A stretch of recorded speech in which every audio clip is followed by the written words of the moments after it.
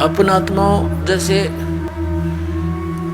हमारे ये अध्यात्म मार्ग में आप कति जीरो हो चुके हो, और दास भी उसी स्थिति में था। अब दास को सतगुरु मिल गए, कहते पीछे लग गया जाऊं था मैं लोक वेद के साथ, रास्ते में सतगुरु मिल गए, दीपक दे दिया हाथ। अब ये इतना बड़ा अध्यात्म मार्ग है कि जैसे हम सत साहिब बोलते हैं और पहले राम राम बोलते थे, इसका कारण क्या था? ये मंत्र जाप करने का नहीं था, ये केवल याद दिलाने का होता है कि भाई इस संसार में भगवान बिना कुछ नहीं, और जो गुरुजी ने मंत्र दे रखा है उसकी भूल ना पड़े। जैसे आप देखा करते, अब तो यह बात बिगड़ती जा रही है, नास्तिक होने जा रहा है पूरा मानव समाज, काल का दाव लग गया था। तो पहले हम देखते थे जैसे सुबह या कभी घूमने फ्रेश होने जाते थे, आने जाने वाले मिलते थे, एक दूसरे को राम राम राम राम चाचा, वो 3-4 बार बोला करता राम राम भाई, राम राम राम, हाँ राम राम। अब ये तो एक औपचारिकता बन गई थी, लेकिन ये स्टार्ट कहाँ से हुई थी?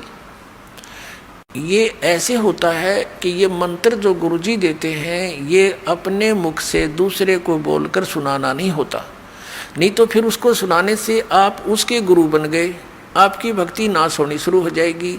तो इसलिए उसको ये भी नहीं कह सकते कि आप इस मंत्र का जाप करा करो, गुरुजी ने बता रखा है। जैसे प्रत्येक व्यक्ति को सलाह दी जाती है कि प्रतिदिन भगवान को याद करो, मंत्र का जाप करो, भूल ना पड़े, संसारिक कामों में भूल ना पड़नी चाहिए, भगवान को याद रखा करो। तो एक नियम बना रखा था गुरुओं ने कि अभी ये कोड वर्ड है, और रास्ते में जब कोई संसारिक विचारों में ग्रस्त व्यक्ति आ रहा हो और उसको बोल दिया जाए कि राम राम भाई, तो वो समझ जाता था कि ये क्या कहना चाहता है, कि ये न्यू कह है भगवान बजले, गुरुजी ने जो मंत्र दे रखा है उसका जाप कर, ये संसारिक उलझेड़ों में मत पड़ तू, यही भगवान का नाम ही इन संकटों से जो विचार तू कर रहा है इनसे निवारण करेगा। तो वो भूल पड़ी हुई उसके चेतन हो जाता था, और कुछ देर तक वो फिर उस मंत्र को जाप करता हुआ सफर में चलता रहता था।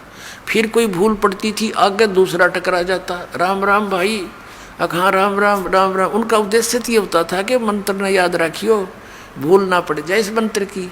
तो पहले राम नाम कोई जाप का नहीं था, केवल ओम नाम देते थे ऋषि, दैट्स ऑल।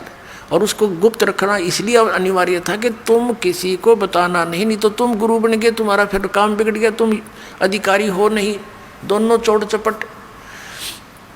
तो और याद दिलाते रहना एक दूसरे को।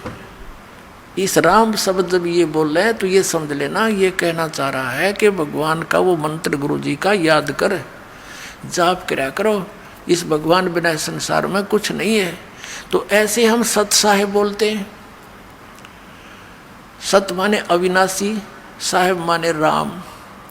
अविनाशी राम के हमारा जो परमात्मा है वो अविनाशी राम है, और उसका मंत्र, उसके पाने का ये जो विधि है, इसको याद रखो, भक्ति करा करो, सत साहिब जी सत साहिब।